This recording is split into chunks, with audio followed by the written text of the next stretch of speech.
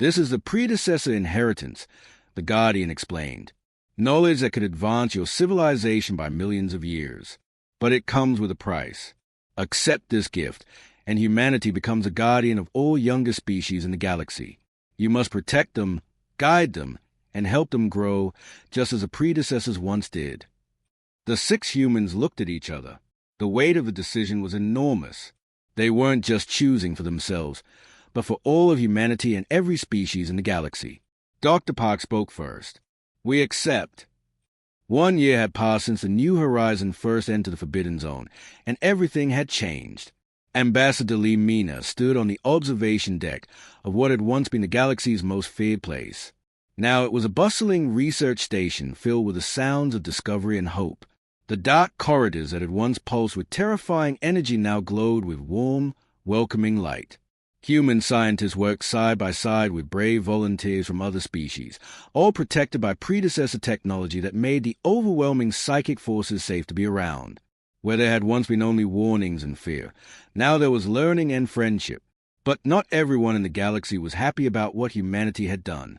In the great crystal hall of the Galactic Confederation, an emergency meeting was taking place.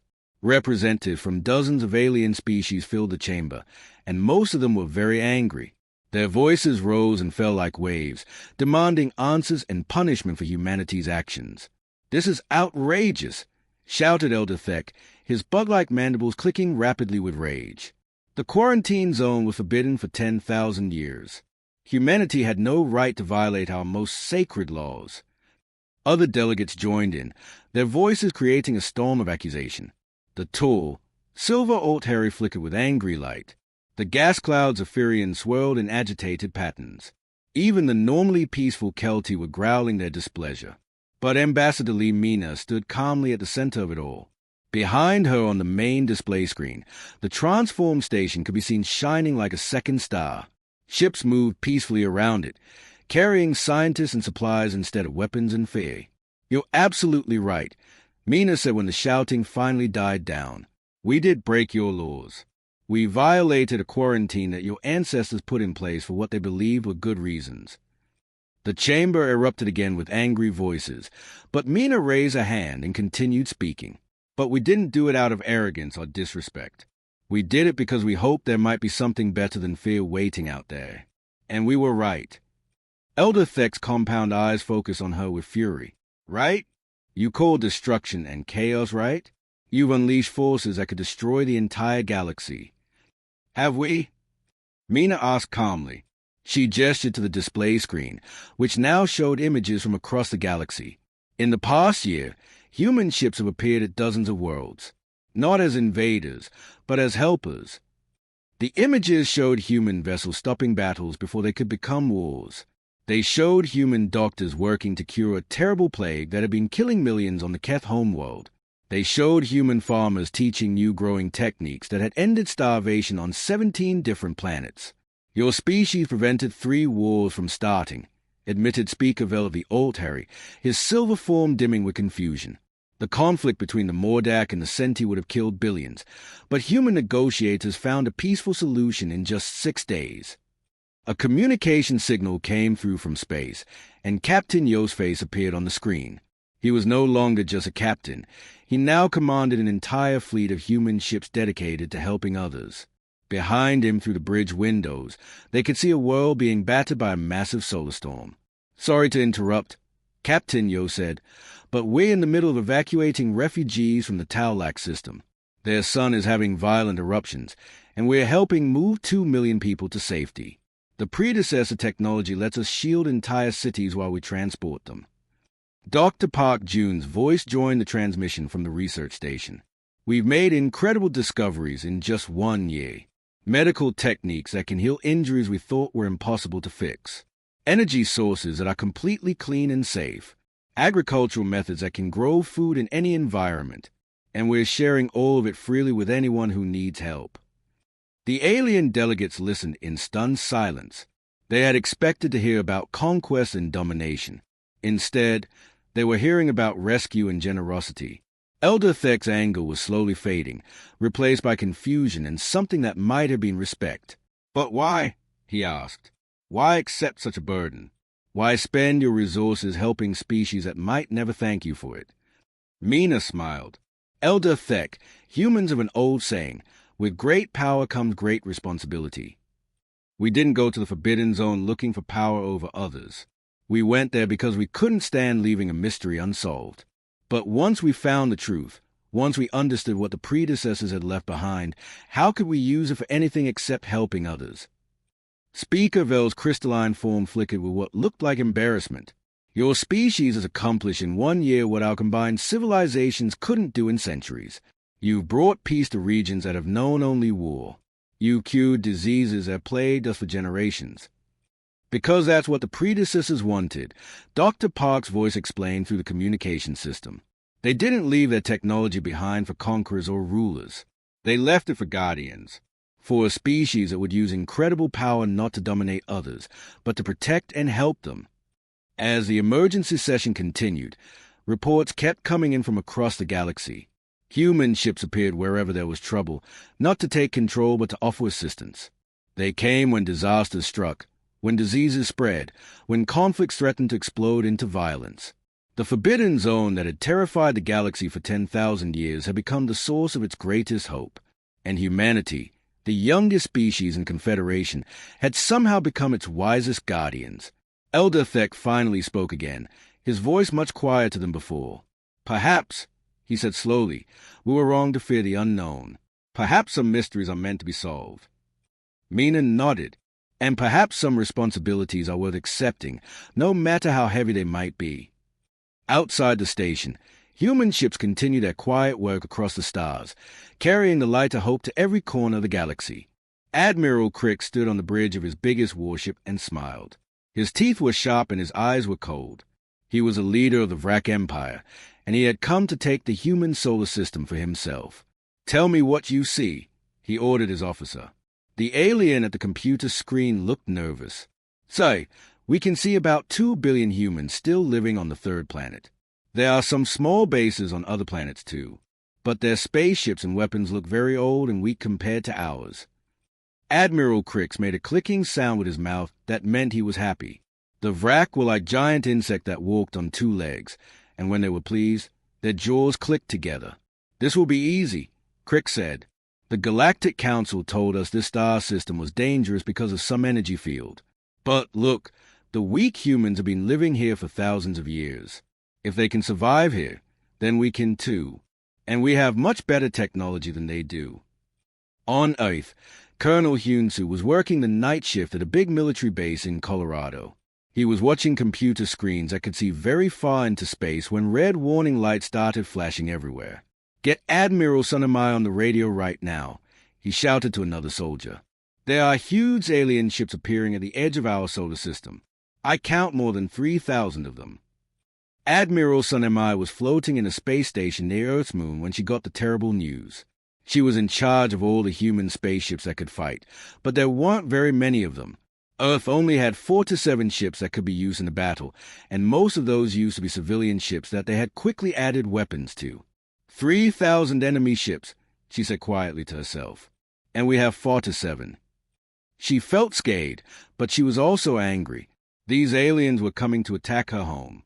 The Vrak fleet started moving deeper into the solar system, heading toward Earth. But as they got closer to the sun, strange things began to happen to their ships. Captain Vex was commanding one of the smaller Vrak warships when a computer screen started showing impossible readings. "Admiral Crix," he called on the radio, "something is wrong with our navigation systems. The gravity sensors are telling us things that can't be true." "It's probably just human tricks," Admiral Crix replied from his flagship. "They are trying to confuse our computers. Keep flying toward their planet." But the problems got worse as more Vrak ships entered the inner solar system. Near the big planet with rings that humans called Saturn, 3 Vrak cruisers tried to get into orbit. Suddenly, they got caught in what their computers called a gravitational whirlpool. The massive warship started spinning around and around like leaves in a tornado. The crews inside screamed as their ships were torn apart by forces they couldn't understand. On Titan, one of Saturn's moons, Dr. Young-hee was watching through a big telescope. She worked at a human research station and had been studying the strange energy fields in their solar system for years. Look at that, she said to her partner Dr. Inho. The gravitational wave that we've learned to predict and work with are completely destroying their ships. Should we try to warn them that they're in danger? Dr. Inho asked. Dr. Young-hee shook her head. They came here to conquer us and take our home. Let them learn the hard way that our solar system doesn't like uninvited guests. More Vrak ships were destroyed as they tried to use their advanced technology. When they tried to travel faster than light while inside the solar system, some ships got scattered across impossible distances. Others appeared right next to the sun and were instantly burned up. Their protective energy shields kept failing for no reason their computers could understand. But Admiral Crix had brought so many ships that even with all these losses, he still had enough to surround Earth and the other planets. He spread his remaining fleet out in what he thought was safe positions, cutting off any escape routes for the trapped humans. Now we have them, Crix announced to his captains. They are stuck on their little planet like animals in a cage. We'll bomb them from far away until they surrender. The alien admiral thought he was very clever. He believed the strange accidents happening to his ships were just bad luck or human tricks. He had no idea that the cosmic forces destroying his fleet weren't random at all. The humans weren't trapped in their solar system like helpless animals. They were at home in it, like fish in water. And soon, Admiral Crix would learn that he hadn't caught prey in a trap. He had walked into the den of sleeping predators who were about to wake up very angry. Lieutenant Wu Jin flew his small fighter ship through the asteroid belt like he was dancing. Big rocks floated all around him, and invisible forces pulled and pushed at his ship from every direction. But instead of fighting these forces, he moved with them like a bird riding the wind. Any alien ship trying to fly through the same area will be torn to pieces in seconds. But Wu Jin made it look easy. Lunar Base, this is Ghost Squadron, he said into his radio as he flew back toward Earth's moon. The alien ships are still having big problems. They can't even fly in straight lines. 3 more of their big warships broke apart near Jupiter this morning just trying to stay in orbit. Commander Kyungamai was deep underground on the moon, looking at computer screens that showed where all the enemy ships were. She couldn't believe what she was seeing. How are we doing this, Wu Jin? She asked. Our ships are old and simple, but we're flying circles around aliens who have technology that's hundreds of years better than ours. Wu Jin thought for a moment before answering. It's like flying in a thunderstorm that you've lived in your whole life. We can feel where the dangerous air currents are. The aliens are trying to fight against them instead of working with them. On Mars, Dr. Sunghwan was making discoveries that would change everything humans thought they knew about their solar system.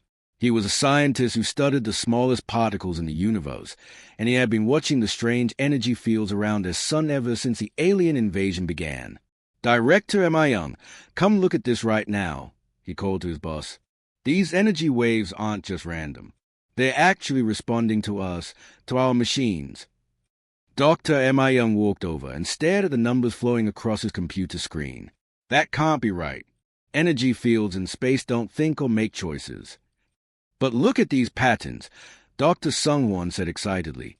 Every single time one of our pilots flies a ship through the dangerous areas, the energy waves move to make a safer path for them. But when alien ships try to fly through the same space, the field becomes angry and tries to destroy them. It's like our solar system is protecting us on purpose. On Earth's moon, Engineer G-Minute was working day and night in secret laboratories buried deep under surface. Ever since the alien siege began, the moon had become the place where humans built all their weapons and military equipment. The energy surges are incredible, she shouted to her team. When we connect them to our weapons, they become 100 times more powerful. Look at these test results. Her assistant, Technician Sangho, stared at the numbers and couldn't believe his eyes. These readings show our weapons are now as strong as antimatter bombs. How is that even possible? The anomaly field is working like a giant amplifier, G-Minute explained. But it only works for human-made technology. When I tried the same thing with pieces of alien equipment we found, they just melted into nothing. The biggest discovery came when Dr. Unji, working on a research station orbiting Earth, made a connection that nobody had thought of before. She had been studying human DNA samples that had been exposed to space radiation within their solar system for many years. President Hajin, I need to talk to the Defense Council right away, she transmitted to Earth. I figured out why we can adapt to the energy field while the aliens cannot. A few hours later, all the human leaders held a meeting using quantum communication links. People from Earth, the Moon, Mars, and the outer planets all listened as Dr. Unji explained her incredible discovery. The quantum field isn't separate from us, she began. Humans evolved inside this anomaly zone. For millions of years, our ancestors lived with these quantum waves all around them. Our brain patterns, our genetic code, even the way we build technology, everything has been shaped by this environment. General Dongwu leaned forward in his chair. Are you saying we're naturally built to handle conditions that kill other species? More than that, Dr. Unji replied. We're connected to the field like we're part of it. It makes us stronger and smarter while it destroys anything that isn't human. The Galactic Council wasn't trying to save us from a death trap. They were trying to separate us from our greatest weapon. As this amazing news spread to every human base and ship in the solar system, everyone felt their spirits lift. Fighter pilot Jongsu, who had always felt frustrated that his ship was slower and weaker than the alien vessels, now understood that his natural flying abilities were actually superhuman by galactic standards. We're not the primitive weaklings they thought we were, he told his wingman Chang Minute. We're the ultimate predators in our own territory. The alien invaders had made a terrible mistake. They thought they were attacking a weak species trapped in a dangerous star system. Instead, they had invaded the home of creatures who were perfectly designed to use that danger as a weapon. The Vrak Empire was about to learn just how deadly humans could be when they were fighting for their home. Admiral Crix paced back and forth on his command ship, his insect-like claws clicking nervously on the metal floor. 3 months had passed since he brought his mighty fleet to conquer the human solar system, and everything was going wrong. Tell me how bad it is, he shouted at his officers. The tactical coordinator looked terrified as he read from his screen. So, we lost 12 more ships this week. The humans haven't even shot at us directly. Our vessels are just breaking apart by themselves. Crick stared at the holographic map floating in front of him. When he first arrived, he had 3,000 powerful warships. Now only 1,800 were still working. The rest had been destroyed by invisible forces, twisted gravity, or mysterious equipment failures that his engineers couldn't explain. But the proud alien admiral refused to give up. Send in all our backup fleets. Bomb their outer bases harder. If we can't take their system, we'll destroy everything in it. What Admiral Crix didn't know was that the humans had been waiting for exactly this moment.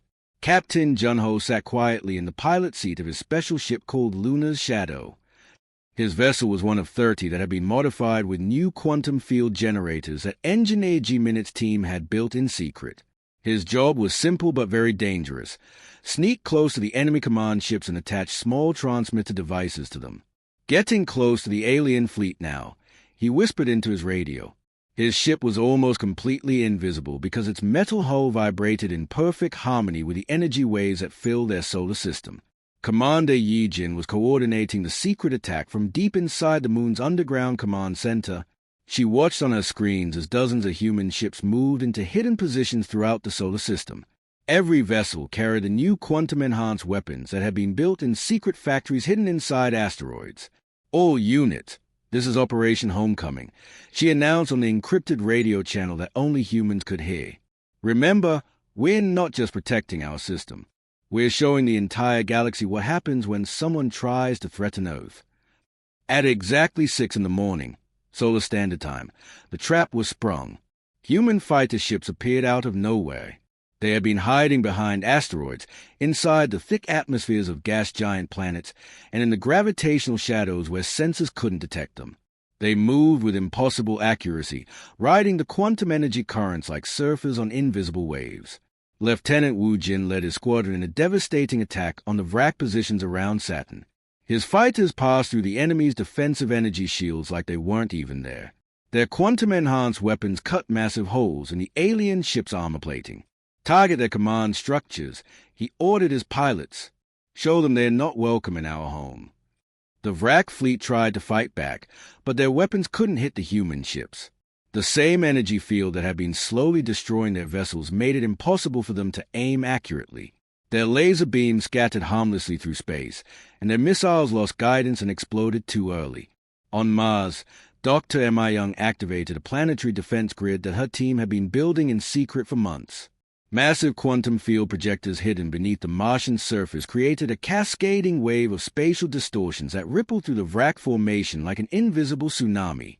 Field projection successful, she reported to the command center. Enemy vessels caught in the wave are experiencing complete systems failure. Dozens of Vrak ships found themselves helplessly drifting in space as the artificial energy wave passed through them. Their life support systems died, their engines went silent, and their hulls began cracking under stresses that defied physics. Admiral Crix watched in horror from his flagship as his mighty armada fell apart around him. "How are they doing this?" he screamed. "Their technology is supposed to be primitive." His science officer, one of the few Vrak who had been carefully studying the quantum readings, finally understood the truth. "Admiral, the humans aren't using technology to fight us. They're using the solar system itself. That energy field that's been destroying our ships, they can control it." But this realization came too late. Captain Junho's stealth mission had been successful, and every major Vrak command ship now carried human quantum beacons attached to their hulls. These small devices turned the massive alien vessels into focal points for controlled bursts of reality-bending energy. Commander Yi Jin gave the final order from her lunar bunker: "Activate the beacons. Send them home." Throughout the Sol system, the quantum field suddenly contracted around the beacon-marked ships like an invisible fist. The massive Vrak vessels imploded simultaneously, their exotic matter drives creating spectacular explosions that lit up the darkness of space like new stars. Admiral Crix's flagship was one of the few to survive the initial wave, but his invasion fleet was finished. Less than 300 Vrak ships remained operational, scattered and demoralized across the system. "Full retreat," he ordered desperately. "Jump to hyperspace immediately." But as the surviving alien vessels tried to flee, they discovered that Sol's quantum field had one final surprise waiting for them. Their faster-than-light drives, already unstable within the energy field, overloaded catastrophically when they tried to engage at maximum power to escape. The siege of Sol was over, and humanity had won a victory that would echo across the galaxy. 3 weeks had passed since Admiral Crix and his broken fleet limped away from the Sol system. The few Vrak ships that survived the battle spread terrible stories throughout the galaxy about the cursed system, where invisible forces devoured entire fleets. Ambassador Iron stood looking out the big windows of the New Earth Defense Station. She was watching something amazing happen. Alien spaceships were approaching their solar system again. But this time, they weren't coming to fight. "Please let us enter the Sol system," came a transmission from the lead alien ship. "We are the Kepler Liberation Fleet. We're running away from Vrak persecution and need a safe place to hide." President Hadjin was now living on one of the rebuilt space stations orbiting Earth. He smiled when he heard the request and pressed a button to reply. "Welcome to Sol. You'll find that our system is very protective of people who come in peace." The change in humanity's home system had been incredible. In the months after their victory over the Vrak, human engineers had learned how to turn the quantum energy fields into weapons. The asteroid belt between Mars and Jupiter now had hundreds of defensive stations that could create controlled space distortions across huge distances. Dr. Sung Hwan had been promoted to Director of Quantum Research after his discoveries during the war. He was now explaining the new reality to a group of refugee alien leaders who had come seeking sanctuary. "Sol has become something completely unique in the galaxy," he told them. "The energy field that once seemed like a curse is now our greatest protection. No hostile military force can operate effectively within our system, but peaceful visitors are welcomed and kept safe." The Galactic Council, watching these developments from their capital world far away, had sent many diplomatic missions to Earth. Their latest ambassador arrived on a heavily armored ship and met with Admiral Sun Mi on the moon's surface. "The Council wants to formally apologize for our misunderstanding of your system's nature," the alien diplomat said through universal translation machines. "We had no idea that humanity was naturally adapted to quantum field environments." Admiral Sun Mi, who now commanded what everyone agreed was the most feared fleet in known space despite having only a few dozen ships, replied politely, "Your concern was understandable. But Earth has always been our fortress. We just didn't know how strong it truly was until someone tried to take it from us." Captain Wu Jin had become famous throughout the galaxy as a ghost of Sol. He now had the job of piloting visiting ambassadors through the outer regions of the solar system in his modified fighter ship. He moved through gravitational anomalies like a dancer, showing everyone humanity's unique relationship with their cosmic environment. The Vrak survivors have spread stories throughout the Empire, he told his alien passengers as his ship glided effortlessly through a field of twisted space-time. They call Sol the Devourer system and warn that any fleet entering here will be consumed by invisible forces. The economic benefits were staggering. Species throughout the galaxy began asking for human help with navigating dangerous space phenomena. The quantum manipulation technology that humanity had developed became the most wanted service in interstellar trade. Engineer G. Minute, now heading something called the Sol Defense Consortium, set up training facilities throughout the system where friendly alien species could learn to operate safely in dangerous environments, though none would ever achieve humanity's natural mastery. "We're not just defending ourselves anymore," she explained to the Galactic Defense Treaty Committee during a video call. "We're creating a new model for interstellar civilization." Sol proves that the most dangerous environments in space can become foundations of strength rather than sources of weakness. More and more refugees continue to arrive. Species fleeing the Vrak Empire, survivors of cosmic disasters, and even explorers seeking new frontiers all found welcome in Sol. The quantum field that protected humans seemed to extend its benefits to any peaceful inhabitants of the system. Commander Yijin, now promoted to Fleet Admiral, established the Sol Sanctuary protocols that would govern the system for many years to come. Any being seeking peace and freedom may find refuge here. But those who come with conquest in their hearts will discover that Sol defends her children. 5 years after the siege, the system that the Galactic Council had called a death trap had become the most secure location in known space. Earth's orbital cities housed dozens of different species, while the outer planets supported research stations and defensive installations that pushed the boundaries of quantum physics. President Hadjin addressed the first Interstellar Unity Council from Earth's capital, delivering humanity's message to the galaxy. "We were told our home was a prison. Instead, we discovered it was a fortress. Now that fortress stands open to all who seek peace, and closed to any who would threaten it. Sol is not just humanity's sanctuary, it has become freedom's greatest stronghold." That night, the stars seemed to shine brighter over the Earth, as if the cosmos itself approved of what humanity had built.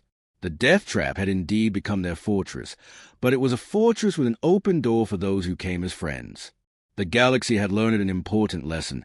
Never underestimate a species defending their home, especially when that home is perfectly designed to make them stronger than anyone imagined possible.